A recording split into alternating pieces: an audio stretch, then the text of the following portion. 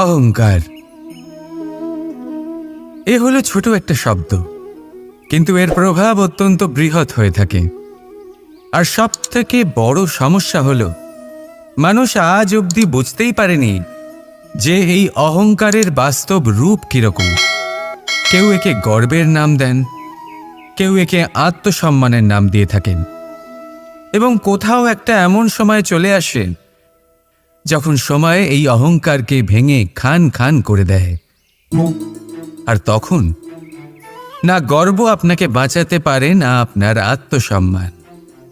এখন যদি আপনাকে উদাহরণ দিই, তাহলে যেখানে আপনি বসে আছেন সেই ঘরেই ওপরে তাকান, সেই ছাদের দিকে। যদি এই ছাদ অহংকার করতে থাকে যে দেখো, আমি তো সব থেকে উঁচু জায়গায় আছি, আমার চেয়ে ওপরে আর কেউ নেই, আমি এই ঘরে থাকা সমস্ত ব্যক্তিকে ছায়া প্রদান করি, যদি এই অহংকার এসে যায় তাহলে কি? একবার ভেবে দেখুন, যদি পরের দিন তার উপর আরও একটা তলা বানিয়ে দেওয়া হয় তাহলে কি? এই ছাদ, যার নিজের উঁচু হবার অহংকার ছিল, যে সব থেকে ওপরে ছিল, সে এবার পায়ের তলায় চলে এসছে। এটাই হয়ে থাকে। মনে কখনোই অহংকার পোষণ করবেন না। যদি মনের মধ্যে কিছু রাখতে চান তাহলে প্রেমের ভাব রাখুন, স্নেহ রাখুন। এই অহংকারকে আপনি যা ইচ্ছে নাম দিন, গর্ব হোক, আত্মসম্মান হোক, এর দ্বারা আপনার কোনোভাবেই কোনো লাভ হবে না। তাহলে এই অহংকারকে ত্যাগ করুন আর আমার সাথে ভালোবেসে বলুন, রাধা রাধা। জলরাশির সাথে আমার প্রেম চিরন্তনের, তা সে মথুরার যমুনা নদীই হোক বা দ্বারকার সমুদ্রই হোক।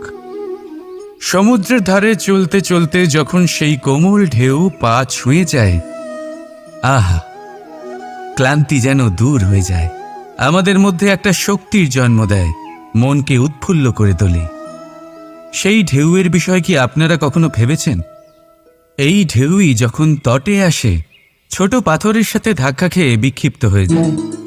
আর এমন এক সময়ও আসে যখন এই ঢেউই এত ভয়ঙ্কর হয়ে ওঠে যে সবকিছু ধ্বংস করে দেয়, সবকিছু নষ্ট করে দেয়।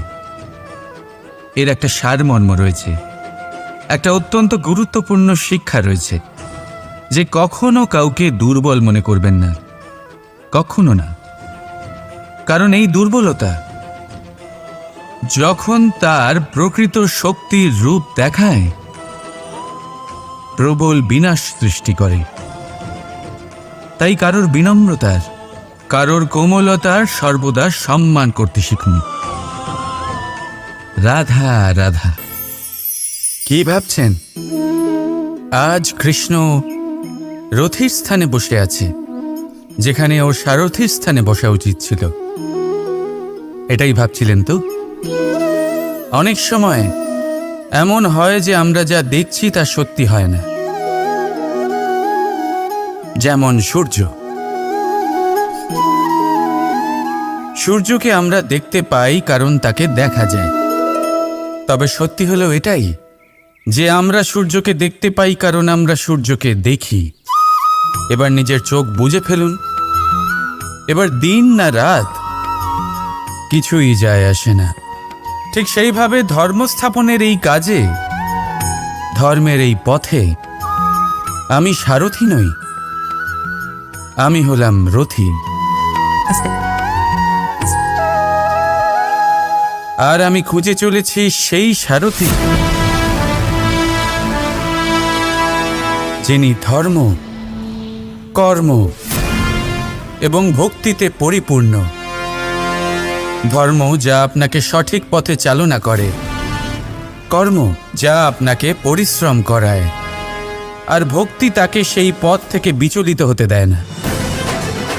আজ পর্যন্ত আমি সবার সখা ছিলাম, সবাইকে সঠিক পথে চালনা করতাম। এবার আমি খুঁজে চলেছি সেই ব্যক্তিকে যিনি আমার সখা হবেন আর ধর্ম স্থাপনের এই শুভ কাজে আমার সাথী হবেন।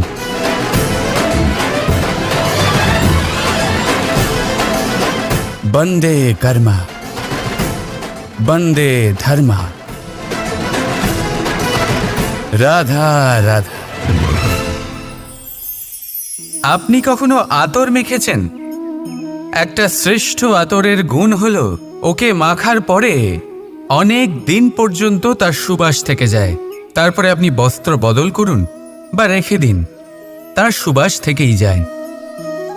এবার ধরে নিন এই আতর হলো আপনার কর্ম, আর আপনার শরীর, আপনার বস্ত্র হলো আপনার জিহ্বা। যত শ্রেষ্ঠ আপনার কর্ম হবে তত বেশি এই সংসার আপনাকে জানবে। আপনার কর্ম যদি সর্বশ্রেষ্ঠ হয় তাহলে সারা জীবন মনে রাখবে, আর জীবনের পরেও আপনাকে ভুলবে না। এই কর্ম ধর্ম ভেবে পালন করবেন, কারণ এই চিন্তা ভাবনাই সত্য হয়ে সামনে আসে। সেই জন্য ভাবনাকে পুষ্ট করুন, যুক্তিবোধ শ্রেষ্ঠ করে তুলুন। সব কিছু নিজে থেকেই হয়ে যাবে, পথ আপনা থেকেই সামনে চলে আসবে, কর্ম নিজে থেকেই হতে থাকবে। শুধু কর্ম ধর্ম মনে করে পালন করতে থাকুন। আর আমার সাথে ভালোবেসে বলুন রাধা রাধা। আপনার জীবনে আপনার প্রকৃত বন্ধু আসলে কে? আপনার সব থেকে শ্রেষ্ঠ মিত্র আসলে কে? তিনি যিনি সময় এলে পরে আপনাকে সাহায্য করেন, নাকি তিনি যিনি সময় এলে পরে আপনাকে অর্থ দেন? দেখুন, আমরা হলাম মানুষ, আমাদের জীবনে লেনদেন চলতেই থাকে, এটা আমাদের জীবনের অভিন্ন অংশ। কিন্তু অনেক সময় এমন হয় যে আমরা তাকেই নিজের প্রকৃত বন্ধু বলে মনে করি, যিনি আমাদের একটা বহুমূল্য উপহার দেন, ঠিক কিনা? এবার আপনার জীবনে সেই বহুমূল্য উপহার কোনটা, ওই অমূল্য মিত্র আসলে কে, সেই সিদ্ধান্ত হলো আপনার। কিন্তু যদি আপনি আমাকে জিজ্ঞেস করেন তাহলে আমার মতে স্বর্ণ, হিরে, মুক্ত, ধন এগুলো বহুমূল্য নয়। বহুমূল্য হলো সঙ্গ, যখন আপনি একা হয়ে যাবেন, সময় যখন আপনার তাকে প্রয়োজন হবে, সমর্পণ যখন আপনার বিশ্বাসের প্রয়োজন পড়বে।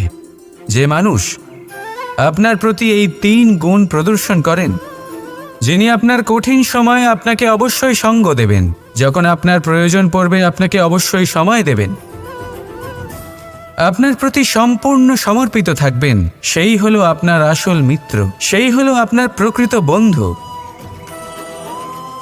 কারণ সত্যি বললে বন্ধুত্বের অর্থই হলো নিজেকে সম্পূর্ণরূপে কারোর কাছে সমর্পণ করে দেওয়া। তাই আপনার সেই বন্ধুর জন্য নিজের প্রাণ উজাড় করে দিন, আর ভালোবেসে বলুন রাধা রাধা।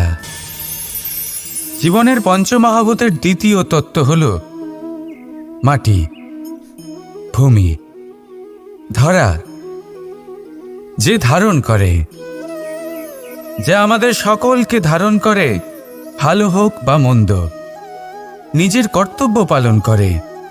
আর এটাই শিক্ষা আমাদের জন্য।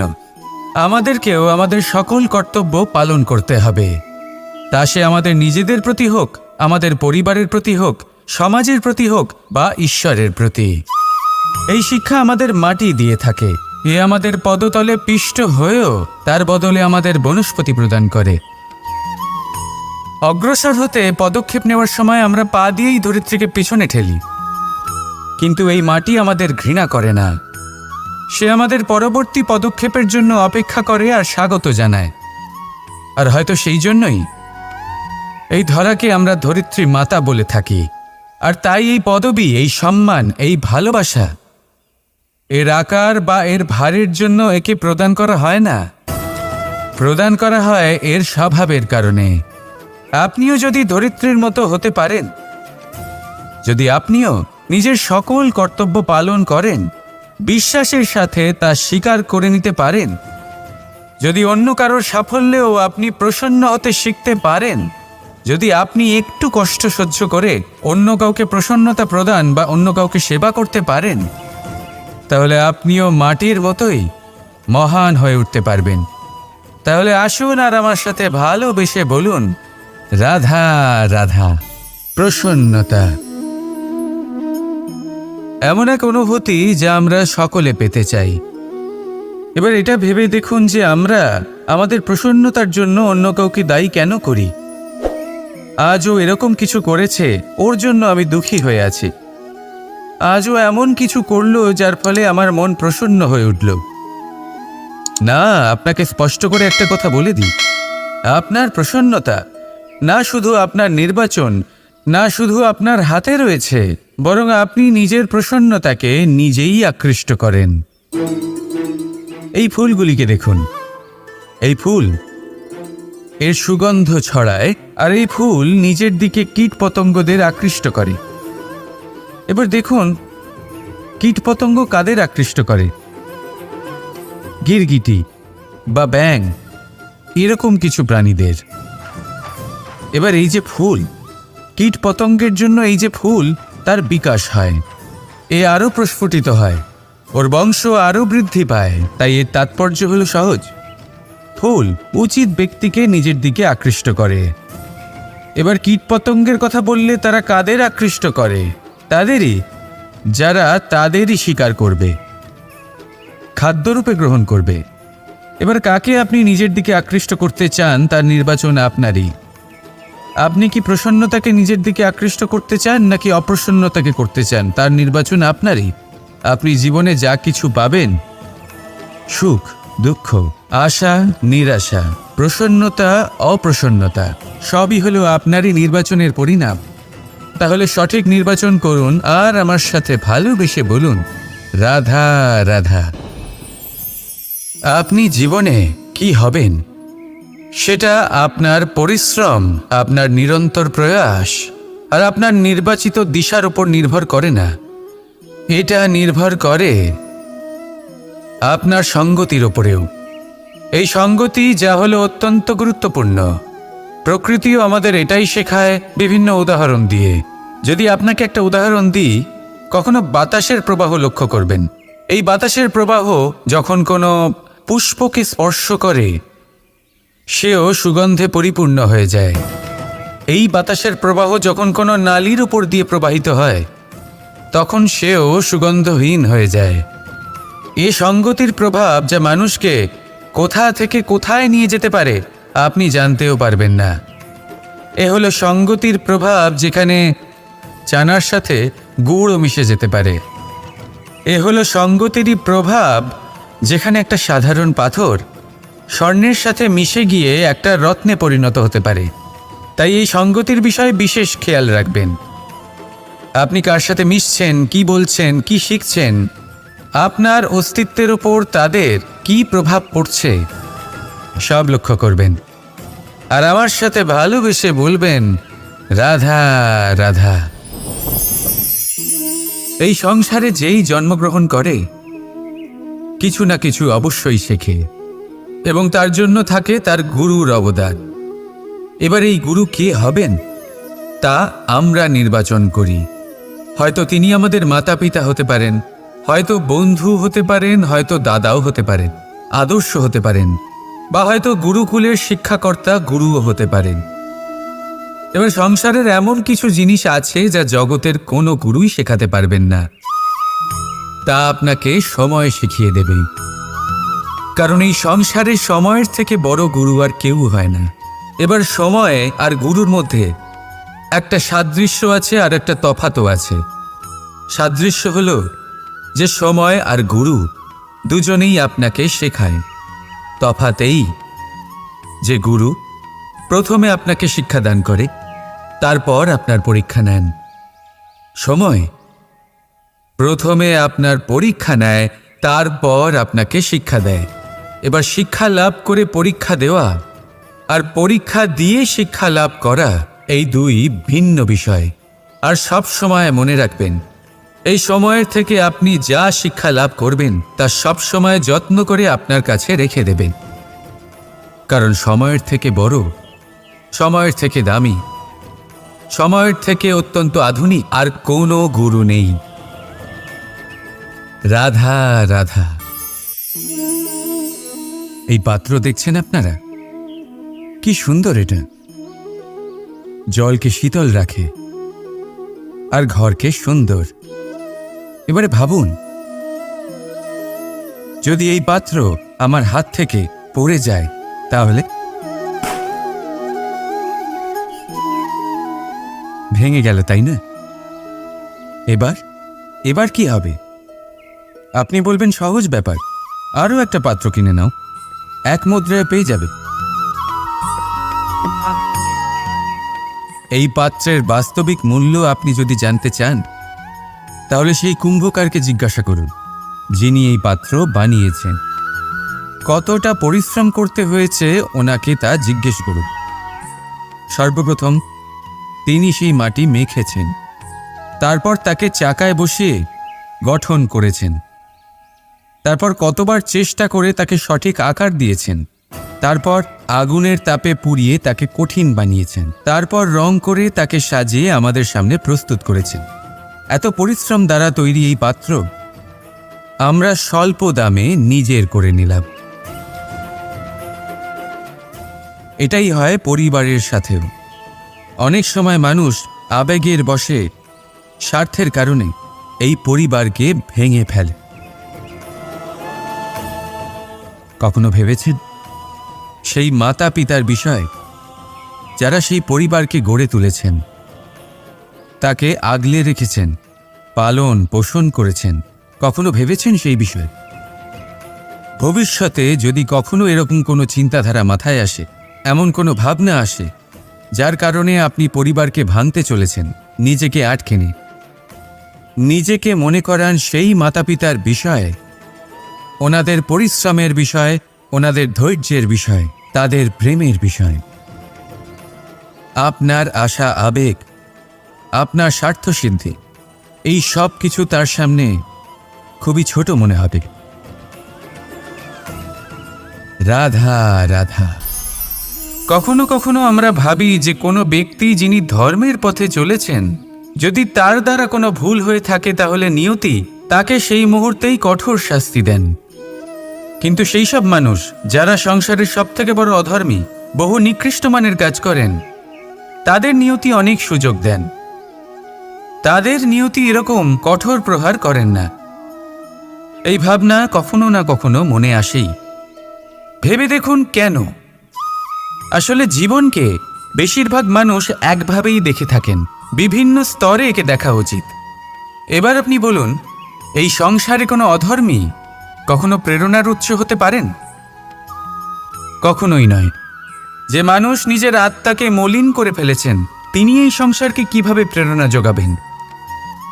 উনি নিজেই বুঝতে পারেন না কোনটা করা উচিত, ধর্ম কোনটা। তাই নিয়তি তাকে একটা সুযোগ দেন, এটা বোঝার সুযোগ দেন যে কোনটা উচিত, কোনটা ধর্ম। সুযোগ দেন নিজের বিবেক জাগিয়ে তোলার, তাকে সুযোগ দেন নিজের অন্তরাত্মার ডাক শোনার। যখন তাতেও কাজ হয় না, তখন নিয়তির কাছে একটাই পথ বাকি থাকে, আর তা হল মহাবিনাশ। মানুষ অন্য কোনো বস্তু বা ভাবের সাথে পরিচিত হোক না হোক, ভয় আর ভবিষ্যৎ, এই দুই মানুষের মনে সর্বদা থাকে। যাদের অস্তিত্ব তার নিজের অস্তিত্বের ওপর প্রভাব ফেলে। আশ্চর্য, তাই না? ভয় সেটা যা আপনি জানেন না, যা অজানা। আর সেই কারণে আপনার ভয় হয় যে কে জানে কি হবে। ভবিষ্যৎ তাই যা এখনো ঘটেইনি। তাহলে যা ঘটেনি সেটা নিয়ে চিন্তা কেন? আপনার হাতে আছে বর্তমান। বর্তমানের কর্ম সত্য মন নিয়ে করুন, আর ভাবুন যে নিজের কর্ম আরো ভালোভাবে কি করে করা যেতে পারে। আর নিজের উপরে ভরসা রাখুন। যদি বর্তমানের কর্ম আপনি মন থেকে করেন, তাহলে ভয় নিজেই দূর হয়ে যাবে, আর ভবিষ্যতের ফল অবশ্যই মিষ্টি হবে। তাই ভয় আর ভবিষ্যৎকে নিয়ে চিন্তিত হবেন না, এই বর্তমানেই বাঁচুন। রাধা রাধা। কি অসাধারণ পুস্তক, তাই না? সুন্দর আবরণ, সজ্জিত পৃষ্ঠা,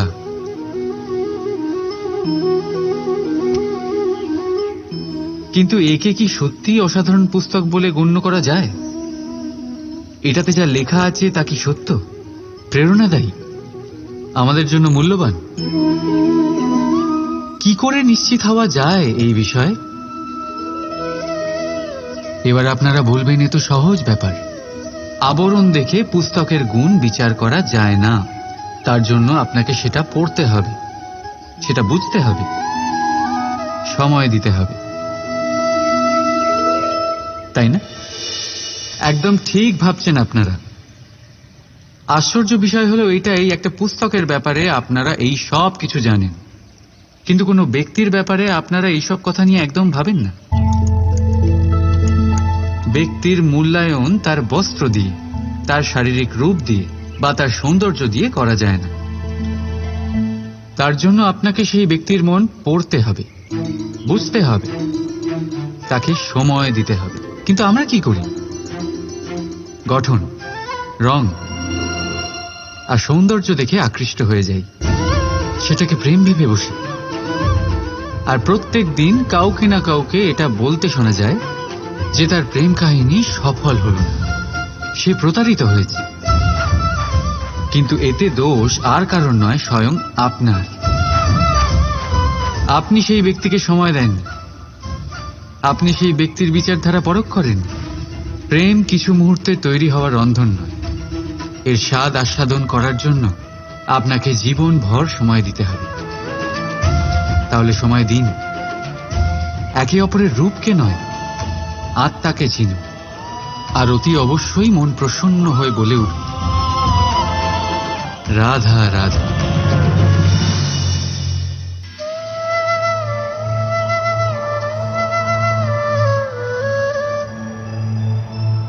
মানুষের ভাবনা সংসারে সবচেয়ে গভীর বা বলতে পারেন সবচেয়ে কঠিন ভাব। কখন কি ঘটে যাওয়ার পরে এই মন কি ভেবে বসবে এটা বলা অসম্ভব। আর আমাদের এই ভাবনা অনেক সময় আমাদের মনে হীন চিন্তা নিয়ে আসে। আমরা সবসময় আমাদের ওপরের শ্রেণীর লোকেদের লক্ষ্য করি, তাদের জীবনের বিশ্লেষণ করি, আর তারপর নিজেকে হীন মনে করি। ও কত ধনশালী, ও কত বলশালী, আর আমার কাছে তো কিছুই নেই। আমি নিঃস্ব, আমি হীন, এই সংসারের জন্য আমি কিছুই নই। মনে হয় না এরকম? কিন্তু আসলে তা নয়। আপনার কাছেও অনেক কিছু আছে, পরখ করে দেখে নিন। অতি ক্ষুধার্ত মানুষ যদি এক মুঠো ভাত পেয়ে যায়, তা যতই অন্যের কাছে ক্ষুদ্র অন্নের দানা হোক, তার কাছে তা ভোজের থেকে কোনো অংশে কম নয়। তাই যখনই মনে হীন চিন্তার উদ্রেক হবে, আপনজনদের দিকে তাকান, তাদের কথা ভাবুন। আপনার বিশ্বাস হয়ে যাবে, আপনি যতই মনে করেন এই সংসারের জন্য আপনি কিছুই নন, কিছু মানুষের জন্য আপনি গোটা সংসার সমান। তাই যা আপনার সংসার, তাতেই সুখী থাকতে শিখুন। রাধা রাধা।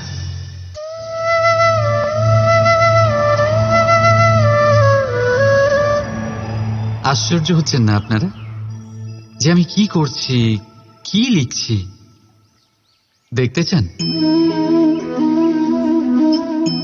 এবার আপনারা ভাবছেন আমি মাটিতে মাটি কেন লিখছি। এর পেছনে একটা বড় কারণ আছে, কিন্তু সেটা বিশ্লেষণ করার আগে আমাকে একটু জলের ওপর জল লিখতে দিন।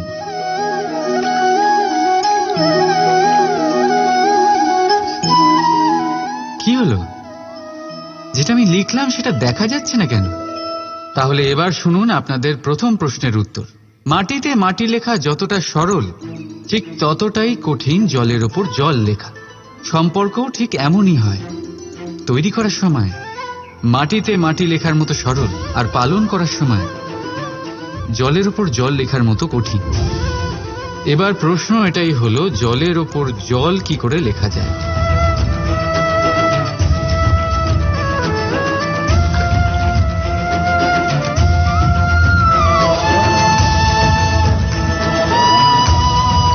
যেভাবে এই পাথরগুলো জলের মধ্যে ডুবে জলের গভীরে চলে গেল, ঠিক এইভাবে আমাদের সম্পর্ক পালন করতে হবে। এই পাথরের মতো নিষ্ঠা সহকারে গভীরে যেতে হবে। সম্পর্ক কখনোই ভাঙবে না। রাধা রাধা।